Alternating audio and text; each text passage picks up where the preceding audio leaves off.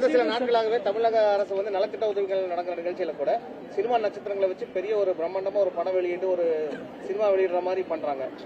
இதை எப்படி நீங்க பாக்குறீங்க? இது வந்து ஒரு யுக்தியா தான் பயன்படுத்துறாங்க. அதுக்கெல்லாம் நான் கருத்து சொல்ல முடியாது. Every party has got a different way to approach the people towards elections. நான் போட்டியிடுற வாய்ப்பு இல்லை நான் நினைக்கிறேங்க. ஏன்னா நான் வந்து பாரதிய ஜனதா கட்சிக்கு வந்து வெற்றி பெறுவதற்கான உழைப்பை தர வேண்டும் நினைக்கிறேன். என் கூட பயணிச்ச நிறைய பேர் இருக்காங்க. நிறைய பேர் இருக்காங்க. அவங்களுக்கு வாய்ப்பு கிடைச்சா நான் சந்தோஷப்படுவேன். அவங்க மந்திரியா போய் உட்காந்து நான் சந்தோஷப்படுவேன். என் கூட பயணித்தவர் 30-35 ஆண்டு காலமாக பயணித்தவர் நிறைய பேர் என்னுடன் சேர்ந்து இந்த இயக்கத்தில் இணைந்து விட்டார்கள். அவங்களுக்கு வாய்ப்பு கிடைச்சா நான் சந்தோஷப்படுவேன். அவர்களுக்காக மட்டுமல்ல, இந்த கூட்டணி வந்து என்டிஏ கூட்டணிக்காக எங்கள் மேலிடம் சொன்ன பிறகு அதுக்கான வேலைகள் வர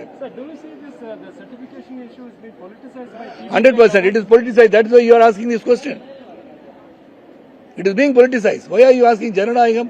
Why are you asking about Parasakti? Why are you asking movies? When the society needs so much to be done.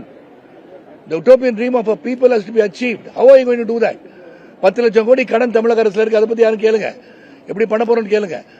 China, Brazil and India வந்து ஆயில் வந்து ரஷ்யால இருந்து வாங்க போகுது. 500 மசோதா ஒன்று தாக்கல் பண்ணிருக்காங்க. Trump is supporting that. 500% போட்டா நம்ம இண்டஸ்ட்ரி நாசமாயிடுமா? அதை கேளுங்க. These are things that people should know. Not about ஜனநாயகம், சர்டிபிகேஷன், பொலிட்டிசைஸ் பண்றதுலாம் வேஸ்ட்டுங்க. ஒரு முதலமைச்சர் ஒரு நிகழ்ச்சியில பேசும்போது வர 30 நாட்களுக்கு வந்து தமிழக அரசு சார்பில் தன்னார்வலர் குழு நியமிக்க போறோம். அவங்க எல்லா பொதுமக்களை சந்திக்கிறாங்க. பொதுமக்கள் தங்களுடைய கனவுகளை சொல்லுங்க. யாருமே எதிர்பார்க்காத அளவுக்கு 30 ஆண்டுகளுக்கான கனவு திட்டம் வந்து விரைவில் அறிவிக்க போறேன் அப்படின்னு சொல்லி அது அவங்க சொல்றது நியாயம் தானே.